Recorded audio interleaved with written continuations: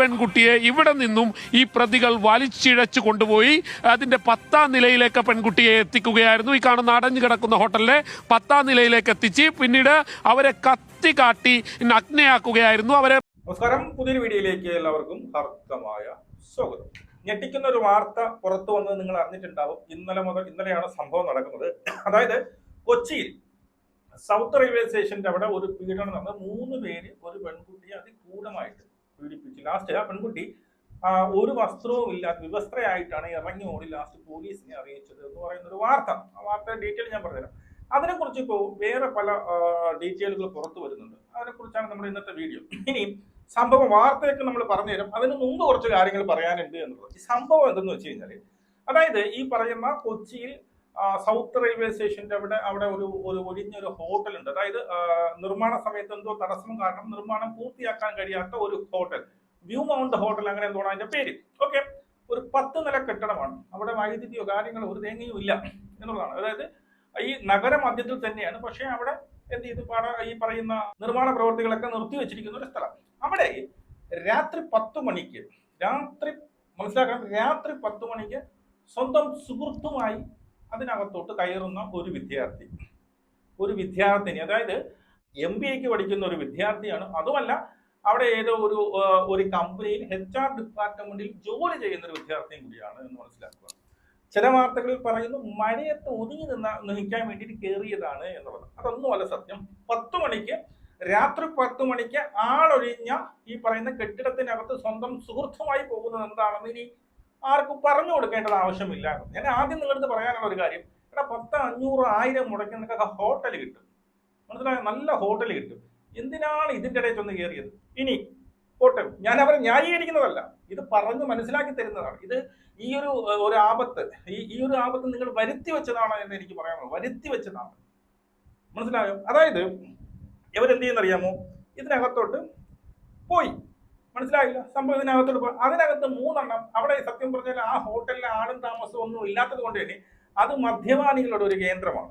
അവിടെ 3 എണ്ണം ഇരുന്ന് മദ്യപിക്കുന്നുണ്ടായിരുന്നു എന്നുള്ളതാണ്. അവന്മാരുടെ പേര് ഡാനിഷ്, രാഹുൽ, പിന്നെ പ്രധാന പ്രതി അതുൽ. ഈ 3 പേര്, ഒരുത്തൻ കൊല്ലത്തുള്ളത്, ഒരുത്തൻ പിന്നെ ട്രിവാൻഡ്രത്തുള്ളത്, എവിടെ ഉള്ളവനാണ് എന്നുള്ളത് വിഷയമില്ല. അതിൽ ഒരുത്തിന് പ്രധാന പ്രതിയായ അതുല് ഒളിവിലാണ്. അപ്പോ ഇവന്മാരവിടെ വെള്ളം അടിച്ചു. ഇവന്മാര് പറയപ്പെടുന്നത് ഇവന്മാര് താഴത്തെ നിലയിൽ ഇവർ വെള്ളം അടിച്ചുകൊണ്ടിരിക്കുകയായിരുന്നു. ഇവൻ എവിടെയും വിളിച്ചുകൊണ്ട് പോകുന്നത് കണ്ടു. വെള്ളത്തിന്റെ ലഹരിയാണ്. യുവമാർക്ക് മുമ്പേ ഈ ഒരു ശീലമുള്ള യുവമാര് നേരെ പോയി എന്ത് ചെയ്തു, അവരെ തടഞ്ഞു വെച്ച് കത്തി കാണിച്ചു. അതായത് കാമുകനെ അടിച്ച് തറയത്തള്ളിട്ട് കത്തി കാണിച്ചു. കാമുകനെ കൊല്ലുമെന്ന് ഭീഷണിപ്പെടുത്തതിന് ശേഷം ആ പെൺകുട്ടിയെ മൃഗീയമായിട്ട് ഇവർ ഉപയോഗിച്ചു എന്നുള്ളതാണ്. അവസാനം അതായത് ഏതാണ്ട് 1 മണിക്കൂറുകളോളം ഇവര് ക്രൂരമായി ഈ പെൺകുട്ടിയെ വിവസ്ത്രയാക്കിക്കൊണ്ട് ഇവന്മാര് പിടിപ്പിച്ചു. അതിനുശേഷം പെൺകുട്ടി അവിടെ നിന്ന് ഓടി രക്ഷപ്പെടുകയായിരുന്നു. ഈ പെൺകുട്ടി ഓടി രക്ഷപ്പെട്ടതിന് ശേഷം ഈ പെൺകുട്ടി തൊട്ടടുത്ത പോലീസ് സ്റ്റേഷനിൽ എന്ത് ചെയ്തു, വിളിച്ചു പറഞ്ഞു, ഇങ്ങനെ എനിക്ക് ഒരു അബദ്ധം സംഭവിച്ചിട്ടുണ്ട് എന്ന് വിളിച്ചു പറഞ്ഞിട്ടുണ്ട്. അങ്ങനെ പോലീസ് വന്ന് ഈ പെൺകുട്ടിയെ രക്ഷപ്പെടുത്തി കൊണ്ടുപോയി എന്നുള്ളതാണ്. പക്ഷെ രക്ഷപ്പെടുത്തി കൊണ്ടുപോയിട്ട് ഈ പെൺകുട്ടിക്ക് കേസ് കൊടുക്കാൻ ആദ്യം താല്പര്യമില്ലായിരുന്നു. കേസ് രജിസ്റ്റർ ചെയ്യേണ്ടെന്ന് പറഞ്ഞു. പെൺകുട്ടി ഈ മാനസികമായി തകർന്നു പോയി എന്നൊക്കെയാണ്. പക്ഷെ പെൺകുട്ടി ഈ പറയുന്ന പീഡന ശ്രമങ്ങളൊന്നും പോലീസിനോട് പറഞ്ഞില്ല എന്നുള്ളതാണ്. മനസ്സിലായോ? പെൺകുട്ടിക്ക് അറിയാം ഇത് പുറത്തായി കഴിഞ്ഞാൽ ഞാൻ തന്നെ നാളെ വന്ന് പെൺകുട്ടി, കാരണം അങ്ങനെയാണ് പോയിരിക്കുന്നത്. രാത്രി 10 മണിക്ക് ആളൊഴിഞ്ഞ കെട്ടിടത്തിലേക്ക് സുഹൃത്തുമായിട്ട് പോകണമെങ്കിൽ എന്താണ് എന്നുള്ളത് എല്ലാവർക്കും മനസ്സിലാവും. അതുകൊണ്ട് തന്നെ പെൺകുട്ടി ഈ ഒരു വിവരങ്ങൾ ഒന്നും തന്നെ പറഞ്ഞിട്ടില്ല. അതിനുശേഷം ഈ പ്രതികൾ പെൺകുട്ടി പിടിച്ചല്ലോ, എന്നെ 2 തന്നെ ഉപദ്രവിച്ചു എന്ന് മാത്രമല്ല പീഡന ശ്രമം ഒന്നും പറഞ്ഞിട്ടില്ല. ഈ പ്രതികളെ ഇവരെന്ത് ചെയ്തു, പോലീസ് ഓട്ടിച്ചിട്ട് പിടിച്ചതിന് ശേഷം പ്രതികളെ ക്വസ്റ്റ്യൻ ചെയ്തപ്പോഴാണ് പ്രതികളാണ് പറഞ്ഞത് ഇങ്ങനെയൊക്കെ സംഭവങ്ങൾ നടന്നിട്ടുണ്ട് എന്നുള്ളത്. അതിനുശേഷം ഈ പറയുന്ന യുവതിയോട് പോയി ചോദിക്കുന്നു.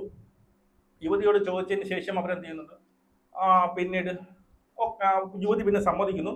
അങ്ങനെയാണ് ഈ ഒരു കേസ് രജിസ്റ്റർ ചെയ്തത് എന്നുള്ളതാണ്. അപ്പോൾ നിങ്ങൾ മനസ്സിലാക്കാനുള്ളത്, നല്ല പഠിപ്പുണ്ട്, വിവരമുണ്ട്, വിദ്യാഭ്യാസമുണ്ട്, ജോലിയുണ്ട്, ഒക്കെ ഉള്ളവരാണ് ഇതിനകത്ത് ഈ ഒരു 500 1000 രൂപ കൊടുത്ത്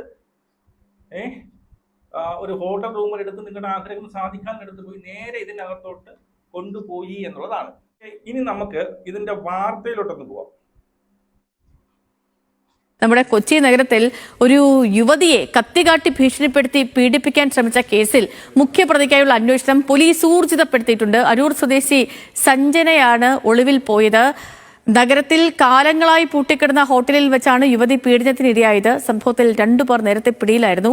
ഞെട്ടിപ്പിക്കുന്ന ഒരു വാർത്ത. ആദ്യം തന്നെ ഈ വാർത്ത വായിക്കുന്നവർ വേണ്ട എന്തൊരു ഒരു സന്തോഷമുള്ള എന്തൊരു ഒരു തമാശ പറയുന്ന രീതിയിലാണ് അവർ ഈ വാർത്ത പറയുന്നത്. ഇത്രയും ക്രൂരമായിട്ടൊരു സംഭവം നടന്നിട്ട് വളരെ ലാഘവത്തോട് കൂടിയിട്ട് വാർത്ത. സഞ്ജന എന്നൊക്കെയാണ് പറയുന്നത്. എനിക്ക് മനസ്സിലായി അതുലാണ് പിടികിട്ടാൻ നടന്നത്. അതുലാണെന്നാണ് അറിയാം. ഇവർ പറയുന്നത് സഞ്ജന. ഓക്കെ, ഇനി വാർത്ത ാണ് കഴിഞ്ഞ ദിവസം എറണാകുളം നഗരമധ്യത്തിൽ നടന്നത്. റെയിൽവേ സ്റ്റേഷൻ സമീപമുള്ള ബ്ലൂ മൗണ്ട് ഹോട്ടൽ 10 നിലയുള്ള ഹോട്ടലാണ്. ഇത് കാലങ്ങളായി അടഞ്ഞു കിടക്കുകയാണ്. ഈ അടഞ്ഞു കിടക്കുന്ന ഹോട്ടലിലേക്ക് പെൺകുട്ടിയും അവരുടെ ആൺ സുഹൃത്തും കൂടി ഇവിടെ എത്തുകയായിരുന്നു ഒരു ദിവസം രാത്രി.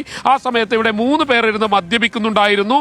ആ പെൺകുട്ടിയെ ഇവിടെ നിന്നും ഈ പ്രതികൾ വലിച്ചിഴച്ചു കൊണ്ടുപോയി അതിന്റെ 10ാം നിലയിലേക്ക് പെൺകുട്ടിയെ എത്തിക്കുകയായിരുന്നു. ഈ കാണുന്ന അടഞ്ഞു കിടക്കുന്ന ഹോട്ടലിലെ 10ാം നിലയിലേക്ക് എത്തിച്ച് പിന്നീട് അവരെ കാട്ടി നഗ്നയാക്കുകയായിരുന്നു. അവരെ പിന്നീട് പീഡിപ്പിക്കാനുള്ള ഒരു ശ്രമം നടന്നു. 1 മണിക്കൂറോളമാണ് ഈ പെൺകുട്ടി ചെറുത്തു നിന്നത്. ഒടുവിൽ പെൺകുട്ടി ഇവിടുത്തെ സ്റ്റെപ്പ് വഴി ഓടി രക്ഷപ്പെടുകയായിരുന്നു. നഗ്നയായി ഓടി രക്ഷപ്പെട്ടു. എന്തായാലും നാട്ടുകാരാണ് ഈ പെൺകുട്ടിയെ രക്ഷപ്പെടുത്തി പോലീസിൽ ഏൽപ്പിച്ചത്. അവിടെ നിന്നും പോലീസ് അന്വേഷണം ആരംഭിച്ചു. ആ അന്വേഷണത്തിൽ 24 മണിക്കൂറിനുള്ളിൽ 2 പ്രതികളെ പോലീസിന് പിടികൂടാൻ കഴിഞ്ഞു. ഒന്ന് തിരുവനന്തപുരം സ്വദേശി ഡാനിഷാണ്, മറ്റൊരാൾ കൊല്ലം സ്വദേശി രാഹുലാണ്. ഈ 2 പേരും പിടിയിലായിട്ടുണ്ട്. ഈ ഡാനിഷ് ആയിരുന്നു കത്തികാട്ടി ഈ പെൺകുട്ടിയെ 10ാം നിലയിലേക്ക് വലിച്ചിഴച്ചു കൊണ്ടുപോയത്. അവിടെ വെച്ച് പെൺകുട്ടിയുടെ വസ്ത്രങ്ങളെല്ലാം ഊരിയെടുത്ത ശേഷം ഇയാൾ ആ പെൺകുട്ടിയെ പീഡിപ്പിക്കാൻ ശ്രമിക്കുകയായിരുന്നു. ഇതിന്റെ 3ാം പ്രതി സഞ്ജയ്ക്ക് വേണ്ടിയുള്ള അന്വേഷണം പോലീസ് ഊർജിതമാക്കിയിട്ടുണ്ട്. ഈ പെൺകുട്ടി ശക്തമായി ചെറുത്തു നിന്നതിനെ തുടർന്നാണ് പെൺകുട്ടിക്ക് രക്ഷപ്പെടാൻ കഴിഞ്ഞത് എന്നുള്ളത് അറിയില്ലായപ്പോൾ പെൺകുട്ടി ഇക്കാര്യം പോലീസിനോട് പറഞ്ഞിരുന്നില്ല. പിന്നീട് പ്രതികളെ ചോദ്യം ചെയ്തപ്പോഴാണ് ഇങ്ങനെ ഒരു സംഭവം ഉണ്ടായിട്ടുണ്ട് എന്ന് പ്രതികൾ പോലീസിന് മൊഴി നൽകുന്നത്. എന്തായാലും ആ മൊഴിയുടെ അടിസ്ഥാനത്തിൽ പെൺകുട്ടിയോട് പിന്നീട് വിവരങ്ങൾ പോലീസ് ഉദ്യോഗസ്ഥർ ചോദിച്ചറിയുകയായിരുന്നു.